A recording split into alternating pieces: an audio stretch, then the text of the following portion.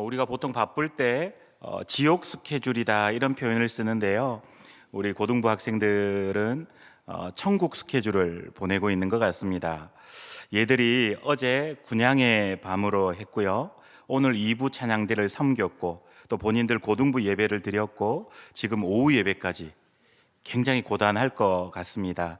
우리 말씀을 듣기 전이지만 격려의 의미로 박수 한번 했으면 좋을 것 같습니다.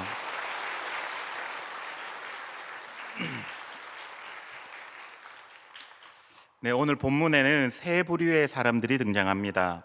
첫 번째는 겉으로는 경건해 보이나 속은 썩어버린 장로들 그룹을 이야기하고, 두 번째는 거짓으로 평안을 외치는 선지자들을 말하고, 그리고 세 번째는 자신의 개인의 욕심을 채우려 하나님을 이용하고 악용하는 이스라엘 백성들, 이 세 그룹이 등장합니다. 오늘 기록된 말씀 가운데 1절을 보시면 이스라엘의 장로들이 에스겔 선지자를 찾아갑니다. 겉보기에는 그들의 모습은 아주 경건해 보입니다. 하나님의 말씀을 듣겠다라고 선지자를 찾아와 무릎 꿇고 경청하는 태도를 보입니다. 누가 봐도 존경할 만한 어른들이고 신앙의 리더들입니다. 그런데 사람의 중심을 꿰뚫어 보시는 하나님께서는 전혀 다른 말씀을 하십니다. 3절인데요. 3절에서 하나님께서는 에스겔에게 이렇게 폭로하시죠. 인자야, 이 사람들이 자기 우상을 마음에 들이며 죄악의 걸림돌을 자기 앞에 두었다. 쉽게 말하자면 이런 겁니다. 겉으로는 하나님의 뜻을 알려주세요, 우리를 좀 도와주십시오 라고 하며 에스겔 앞에 앉아 있지만, 그들의 마음 한가운데 가장 깊숙한 곳에는 이미 하나님보다 더 사랑하는 세상의 욕심과 끊어내지 못하는, 끊지 못하는 세상적 죄악들을 그들의 마음 가득히 품고 있다라는 것입니다. 그래서 하나님께서는 그들의 가식적인 질문에 답하지 않으시고 오히려 그들이 품은 우상대로 심판하겠다라고 하나님은 엄중한 경고의 선언을 하십니다. 오늘 우리에게 주신 말씀을 통하여 두 가지 영적 교훈을 살펴보고 주신 말씀의 결론과 적용을 나누어 보려고 합니다. 첫 번째 우리에게 주시는 영적 교훈은, 우리 하나님께서는 만홀히 여김을 받지 않으시는 하나님이시라는 겁니다. 우리 조금 전에 띄워주셨는데요, 3절의 말씀 한 번 더 띄워주시면 감사하겠습니다. 3절의 말씀 한 목소리로 읽겠습니다. 시작. 인자야, 이 사람들이 자기 우상을 그들이 내게 묻기를 내가 조금인들 용납하랴. 1절의 말씀을 보시면 이스라엘 장로 두어 사람이 에스겔 앞으로 나와 하나님의 뜻을 묻는 내용을 기록합니다. 그 질문이 정확하게는 무슨 내용인지 성경이 말씀하지 않아 우리가 분명한 것은 알기는 어렵지만, 대부분의 신학자들은 두 가지 정도라고 추정하고 주석을 합니다. 첫 번째는 예루살렘의 운명과 관련해서 그 성이 어떻게 될 것인지에 대한 물음이고, 두 번째는 이미 포로로 잡혀온 선민 이스라엘 공동체의 운명과 어떻게 하면 자신의 이스라엘 백성 공동체가 더욱 풍성한 삶을 살 수 있는지에 대한 질문이라고 학자들은 주석합니다. 그런데 하나님께서는 3절을 통하여 그들의 어떠한 질문에도 용납하지 않고 답하지 않으시겠다라는 의사를 보이십니다. 그런데 그 이유에 대해서 이어지는 4절에서 조금은 우리에게 단서를 제공해 주시는데, 4절의 말씀도 우리 한 번 더 함께 읽기를 원합니다. 4절 말씀 읽겠습니다. 그런즉 너는 그들에게 말하여 이르라. 나 주 여호와가 말하노라. 이스라엘 족속 중에 그 우상을 마음에 들이며 걸림돌을 자기 앞에 두고 선지자에게로 가는 모든 자에게 나 여호와가 그 우상의 수요대로 보응하리니. 아멘. 그들이 우상을 마음에 들이고 죄악의 걸림돌을 자기 앞에 두었기 때문에 그들의 부르짖음과 질문에 답하지 않으시겠다, 우리 주님 말씀하시는 겁니다.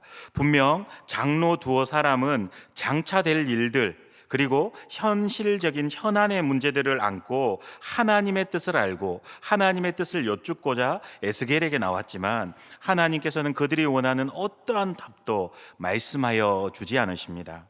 다만 그들의 영적 상태, 곧 우상을 섬기며 죄악의 걸림돌을 너희들의 앞에 두었던, 자신들의 앞에 두었던 그들의 영적 상태를 지적하시며 물음에 대한 대답을 거절하고 계신 것입니다. 사랑하는 여러분, 오늘 말씀이 우리에게 주시는 첫 번째 교훈을 우리는 여기에서 묵상하고 발견할 수 있으셔야 합니다. 오늘 장로들은 위기의 때에 선지자를 찾아올 것이 아니라 선지자를 찾기 이전에 먼저 자기 마음에 모셔드렸던, 그리고 이스라엘 공동체가 타락하여 우상을 붙들고 있었던 그 악함으로부터 떠나고 자신들의 하나님 앞으로 나아가는 죄악의 걸림돌들을 스스로 먼저 제거해야만 했습니다. 이 우상의 문제는 굳이 장로들이나 이스라엘 백성들이 선지자를 통하여서 해결할 문제가 아니라는 것입니다. 우상의 문제는 굳이 선지자에게 나와서 물어보고 선지자가 너희들 떠나야 해, 이 대답을 듣고 난 다음에 우상으로부터 떠나야 할 문제가 아니라는 것입니다. 사랑하는 여러분, 우리 인생에 있어서, 특별히 신앙의 문제에 있어서 우리가 기도로 해결해야 할 문제가 있는가 하면, 반면에 내가 기도하고 난 다음에 스스로 결단하고 끊어내야 되는 문제가 있다라는 것을 기억하시기를 바랍니다. 예를 들면 이런 거죠. 방 안에 쓰레기가 있으면 그거는 내가 그 쓰레기를 쓰레기통 안에 넣고, 그리고 그 쓰레기통이 가득 차면은 그 쓰레기통을 내가 비우면 되는 겁니다. 그런데 우리는 그 문제를 대하여, 그 문제를 두고 이렇게 기도합니다. 하나님, 저 쓰레기, 내 눈앞에 보이는 저 쓰레기 없애 주십시오. 그리고 하나님 은혜 주셔서 쓰레기통이 비워지는 역사를, 기적을 허락하여 주십시오. 웃긴 코미디 소재에 불과한 내용이지만 오늘 에스겔을 찾아온 이스라엘의 지도자들이 이런 행동들을, 어리석은 행동들을 했다라는 겁니다. 오늘 종교 지도자들은, 이스라엘 리더들은 뻔뻔하게도 자신들의 마음속에 있는 악한 욕망과 악한 습관으로부터는 떠나지 않고 치우지도 않고 선지자에게 나와서 하나님의 뜻을 구하고 하나님이 좀 도와주셔서 이 문제가 풀어지기를 바라고 있다라는 겁니다. 장로들은 이미 자신들이 무엇을 해야 하는지에 대해 너무나 잘 알고 있었습니다. 또 무엇을 해서는 안 되는지에 대해서도 너무 잘 알고 있었음에도 오늘 선지자에게 나와 하나님의 뜻을 묻고 있는 것입니다. 사랑하는 여러분, 바울은 이러한 일들에 대해서 갈라디아서 6장 7절을 통해 우리에게 무엇이라 권면하고 있습니까? 오늘 낮예배 때 당회장 목사님도 잠시 언급하셨던 본문이기도 한데요, 스스로 속이지 말라. 하나님은 업신여김을 받지 아니하시는 분이다. 이게 개역 한글로는 하나님께서는 만홀히 여김을 받지 아니하시는 분이시다. 사람이 무엇으로 심든지 그대로 거두리라. 여러분, 하나님께서 무엇이라 말씀하십니까? 사람이 무엇을 심든지 그들이 그 심는 그대로 거두게 하시겠다. 사람들의 행위대로 보응하시겠다 말씀하십니다. 사랑하는 성도 여러분, 우리의 삶이 부지 중에라도 하나님을 업신여기고 우리의 삶이 부지 중에라도 하나님을 만홀히 여기지는 않았는지를 되돌아보시며 하나님께서 금하시고 하나님께서 혐오하시는 죄악들이 우리 삶에 자라지 않도록 힘쓰시며 혹여라도 내 삶에 하나님 원치 않는 모습들이 있다면 믿음의 결단을 하셔서 과감하게 끊어내실 수 있는 믿음의 사람들 되시기를 예수님의 이름으로 축복합니다. 오늘 말씀을 통하여 주시는 두 번째 영적 교훈은, 우리의 구원은 하나님 앞에서 철저하게 개인적인 구원이라는 사실입니다. 여기에 대해서 우리가 14절과 20절의 말씀을 읽을 것인데요, 먼저 14절의 말씀 함께 읽도록 하겠습니다. 14절의 말씀 읽겠습니다. 시작. 비록 노아, 다니엘, 욥,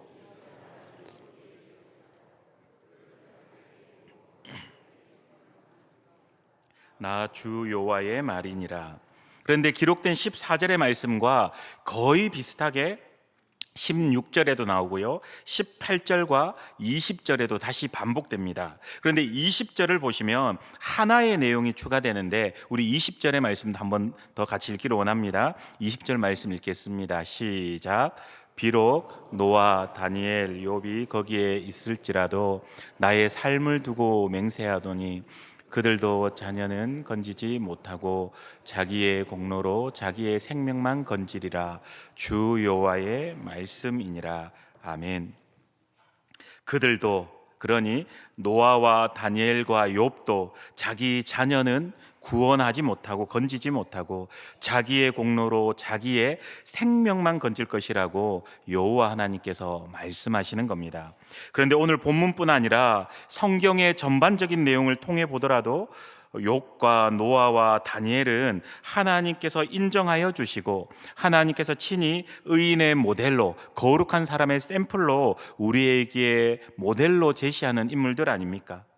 우리 친구들 표현으로는 구약의 최고의 어벤져스들에 해당하는 그런 멤버들입니다. 그런데 하나님께서는 이런 위대한 신앙의 위인들조차도 하나님의 계획되어진 심판을 막을 수 없음과 그들의 의로 다른 사람들을 구원하지 못하고 심지어는 자기 자녀들까지도 구원할 수 없음에 대해 오늘 에스겔은 선언하고 있는 겁니다. 이러한 내용을 통하여 우리는 두 가지 사실을 깨달을 수 있습니다. 첫 번째는 다른 사람을 위한 기도, 그러니 중보적 기도, 그러니 도고 기도가 다른 사람들의 구원에 영향을 미치지 못할 것이라는 사실입니다. 그런데 여러분, 이 말을 오해하지 않으시기를 바랍니다.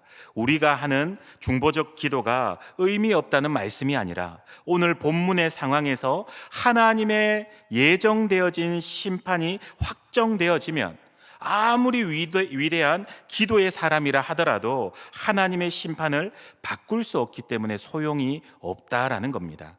두 번째는요, 의인의 의가 다른 사람을 구원하는 데는 어떠한 영향력도 미칠 수 없다라는 것입니다. 동일하게 이 말씀 또한 우리가 오해하지 않기를 바랍니다. 의인의 의는 다른 사람에게 긍정적인 영향을 미쳐서 그들로 하여금 선을 행하게 함으로 하나님의 구원의 은혜를 입는 기회를 제공할 수는 있습니다. 그러나 의인의 의가 아무리 탁월하고 아무리 깊은 의라 하더라도 그 죄인을 직접적으로 구원하는 데는 아무런 영향력도 어떠한 영향도 미칠 수 없다라는 사실입니다. 이러한 사실들을 통하여 우리가 반드시 깨달아야 하는 것 하나가 있는데 우리의 구원은 철저히 개인적이라는 사실입니다. 우리 한번 따라 하시면 좋을 것 같은데요.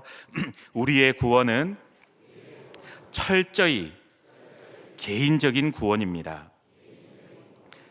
저희 아이가 7살 때 이제 그 전에 다녔던 교회에서 유치부에서 천국과 지옥에 대해서 배웠는지 어느 날 심각한 표정으로, 아이가 지을 수 있는 가장 심각한 표정으로 저에게 물었습니다. 아빠, 천국은 어떤 곳이야? 또 지옥은 누가 가는 곳이야? 나 지옥 가. 이런 질문을 했는데 제가 그때마다 아이가 어리다 생각하고 그렇게 자세하게 대답은 해주지 못했습니다. 그런데 어느 날 하루는 정말 아이가 너무 심각한 표정을 지으며 다시 천국과 지옥에 대해 묻는 겁니다. 그래서 제 마음에 얘가 아무리 어리더라도 한 번은 천국과 지옥에 대해 정확하게 이야기해 줄 필요가 있다라는 생각이 들었습니다. 그래서 천국과 지옥에 대해 정말 진지하게 설명을 해 주었는데, 특별히 지옥에 대해서 설명할 때는 불지옥으로 설명을 제가 해 줬습니다. 그때 아이가 그 설명을 다 듣고 난 다음에 이렇게 질문을 합니다. 아빠, 만약 나 지옥 가면, 그 불구덩이로 들어가면 그때는 아빠나 엄마가 나 못 구해줘? 아빠 천국에 있으며 나 못 데리러 와? 이렇게 물었습니다. 잘 이해를 했던 것 같아요. 그때 저의 대답이 무엇이었겠습니까? 아니, 여러분이라면 그렇게 질문하는 자녀에게 어떤 대답을 하셨겠습니까?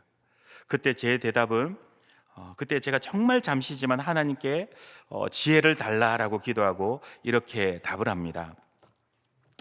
너무 미안한데 아빠나 엄마는 너 데리러 못 가.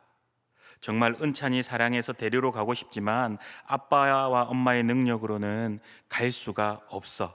그런데 지금 너가 하나님 잘 믿고 기도하고 예수님께서 너를 위해 십자가 달려 돌아가신 것을 믿으니 너는 결코 지옥 갈 일은 없어. 너 가고 싶어도 못 가. 이렇게 말해줬어요.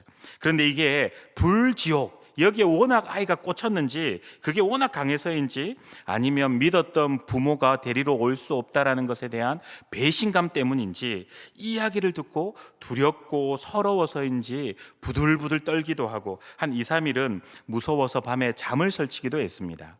근데 여러분, 오늘 또 함께 예배드리는 우리 고등부 친구들 꼭 기억하셨으면 좋겠습니다.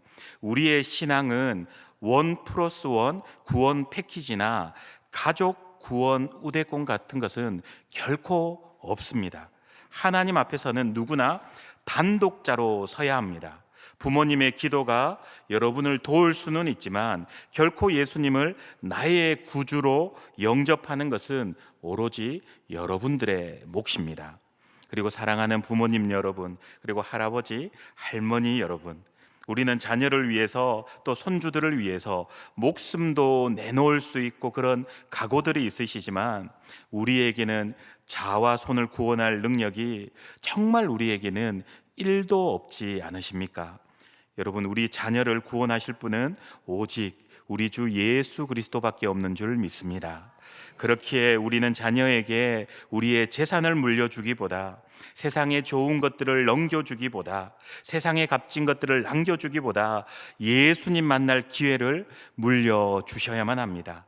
그런 믿음의 부모, 그런 믿음의 자녀들 되시기를 예수님의 이름으로 축원합니다.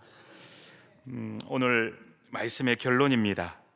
그런데 결론이기도 하지만 이 말씀이 적용이 되기도 합니다. 오늘 말씀의 결론도 2가지인데요. 첫 번째는 자신의 의로 다른 사람을 구원에 이르게 할 수 있는 분이, 유일한 분이 우리에게는 계시다는 사실입니다. 그분은 다름 아닌 우리 주님이시죠. 우리 주님은 이 땅에서도 새벽 미명부터 늦은 밤까지, 때로는 밤이 새도록 우리를 위하여 중보하여 주시고 우리의 구원을 위하여 자신의 생명까지도 아끼지 아니하시고 기꺼이 십자가에 내어 주신 분입니다. 그리고 지금은 성부의 보좌 우편에서 우리의 구원을 위해 여전히 중보하고 계신 줄 믿습니다. 그래서 지금 이 시간 여러분들이 이 자리에 계신 이유는 우연이 아니라 오직 우리 예수님의 의로움 때문인 줄 믿습니다. 오늘 결론 2번째는 우리 인간들은 서로가 서로에게 영향을 끼치며 영향을 받으며 사는 존재들이지만 하나님에 대해서는 그 사람이 누구라 하더라도, 그 사람이 아무리 돈이 많고 아무리 잘생기고 아무리 똑똑하고 아무리 큰 권력이 있다 하더라도, 그 사람이 누구라 하더라도 하나님 앞에서는 단독자로 서야 하고 단독자로 살아가야 하며 단독자로 죽음을 맞이해야 한다라는 사실입니다. 이러한 단독자로 살아가야 하는 우리의 삶에 믿는 가정을 주신 것은 정말 감사한 일이기는 하지만 그것이 우리의 구원을 결정하는 결정적인 것은 아니라는 것입니다. 그럼 이러한 인간의 본질적 특성을 감안한다면 우리는 우리의 다음 세대에게, 우리의 자녀들에게 무엇을 물려주고 무엇을 가르치는 것이 옳겠습니까? 이제 우리 교회에 주일학교, 성경학교가 곧 진행될 예정입니다. 제가 우리 교회에서는 그래도 아직 이런 경우를 많이 보거나 듣지는 못했지만 다른 교회 사역할 때 성경학교와 수련회가 수련회 아이들을 참석시키는데 여러 부서들이 어려움을 겪었던 경험이 있습니다. 그 이유들, 원인들을 분석해 보면 학교 캠프가 있고 영어 캠프가 있고 학원 캠프가 있고 어학연수가 있어서 거기를 보내야 해서 교회 수련회나 성경학교에 못 보낸다는 것이었습니다. 제가 그전에 사역했던 교회 실제로 겪었던 일인데요. 선생님 한 분이 성경학교의 수련회에 자녀를 보내달라고 교회에서 이제 모여서 전화 신방을 했었는데 거의 그 부모에게 빌다시피 하시기에 전화를 끊고 난 다음에 그 선생님에게 정말 고생하신다고, 안 믿는 집 애들 성경학교에 수련회 데려오는 것이 쉽지 않으시죠, 이렇게 말씀드렸더니 믿는 집 자녀라는 겁니다. 그런데 그렇게 교회 교육과 학교 교육을 시켰던 분들의 노년의 고백이 무엇인 줄 아십니까? 지금 올해 이번 한번 교회와 학원 사이에서의 갈등과 선택의 결과는 현미경으로 가까이 봐서는 단번에 드러나는 것은 아니고요, 알 수는 없고요, 망원경을 가지고 멀리 내다봐야 볼 수 있고 알 수 있는 것이 있습니다. 그때 내가 학원이 아니라 성경학교를 보내야 했다는 겁니다. 그때 내가 캠프나 독서실이 아니라 교회 예배에 보내는 것이 옳았다라는 겁니다. 이것은 부모님들의 나이가 비교적 젊으신 현미경으로 들여다보는 30대와 40대에는 잘 깨달을 수 없는 진리이죠. 이러한 일들은 우리의 자녀들의 나이가 30이 되고 40이 되는, 그래서 인생의 여러 관점 중에서 망원경으로 멀리 내다보아야 알 수 있고 깨달을 수 있는 일들 아니겠습니까? 저는 지금 이 자리에 계신 성도들에 비하면 비교적 젊은 편에 속하지만, 그럼에도 지금까지 사역을 하며 경험적으로 교회 보내야 될 때 학교 보낸 것에 대한 후회는 들어봤지만, 학교 보내야 할 때 교회 보내신 것에 대한 후회는 들은 적이 거의 없는 것 같습니다. 정말 농담으로도 지나가는 말로도 들어본 적 없는 것 같습니다. 사랑하는 여러분, 대학을 보고 예전에는 무엇이라 불렀는지 기억하십니까? 오늘 말씀의 제목이기도 한데요, 우골탑이라고 우리가 부르지 않았습니까? 그런데 그렇게 불렀던 이유는 농촌에 사는 가난한 부모들이 자식들의 공부를 위해 자기 집의 재산 목록 1호였던 소를 팔아서 마련한 학비로 세운 건물이었기 때문에 대학을 우골탑 이렇게 부르지 않았습니까? 사랑하는 여러분, 여러분의 자녀가 구원받고 여러분의 자녀들이, 또 우리의 다음 세대들이 신앙이 깊어지는 것은 간단합니다. 어떻게 하면 되겠습니까? 어떻게 해야 되겠습니까? 교회가, 우리 교회의 주일학교가, 우리 교회의 영아부와 유아부와 유치부가, 우리 교회의 유년부, 초등부, 소년부가, 오후 주일학교와 중등부, 고등부, 그리고 사랑하는 우리 대학 청년부가 우리 집의 재산 목록 1호를 팔아서라도 교회의 모임의 예배에 보내야 하고 세워야 하는 우골탑이 되면 가능하지 않겠습니까? 여러분, 오늘 말씀의 결론을 잠언 22장 6절의 말씀으로 내려보려고 합니다. 우리 잠언 22장 6절의 말씀 마지막으로 함께 읽도록 하겠습니다. 시작. 마땅히 행할 길을. 아멘. 사랑하는 여러분, 우리의 구원은 하나님 앞에서 철저히 개인적이라는 것을 기억하시고, 우리 주 예수 그리스도의 의 외에는 그 누구의 의로도 대신 구원할 수 없음을 명심하셔서 우리의 자녀들에게 세상의 그 어떤 좋은 것을 물려주시기보다 이 세상에서 가장 좋은 것, 곧 마땅히 우리 자녀들이 행해야 할 것을 가르쳐 주심으로 늙어서도 우리의 다음 세대들이, 자녀들이 그 가르침에 떠나지 않아 구원의 반열에 이를 수 있는 복된 여러분의 가정들 되시기를 예수님의 이름으로 축원합니다. 기도하시겠습니다. 사랑하는 하나님, 우리의 삶이 하나님을 부지 중에라도 만홀히 여기지 않는 삶 살게 하여 주시옵소서. 특별히 우리의 자녀들에게, 우리의 믿음의 다음 세대들에게 마땅히 가르쳐야 할 것을 가르치고 보이는 믿음의 부모 되게 하여 주시옵소서. 주님, 기도드리기는 구원의 문제는 그 누구도 대신해 줄 수 없는 하나님과 우리 자녀들과의 1대1의 문제임을 깨닫게 하여 주셔 이번 성경학교 기간 동안 우리의 자녀들이, 아이들이 스스로 구원의 문제를 가지고 기도하고 씨름하다 우리의 모든 다음 세대 아이들이 주님 만나는 은혜의 역사들 허락하여 주시옵소서. 구원의 확신도 받아 누리는 은혜의 성경학교 되게 하여 주시옵소서. 그렇게 인도하여 주실 주님께 감사드리며 예수님의 이름으로 기도드립니다. 아멘.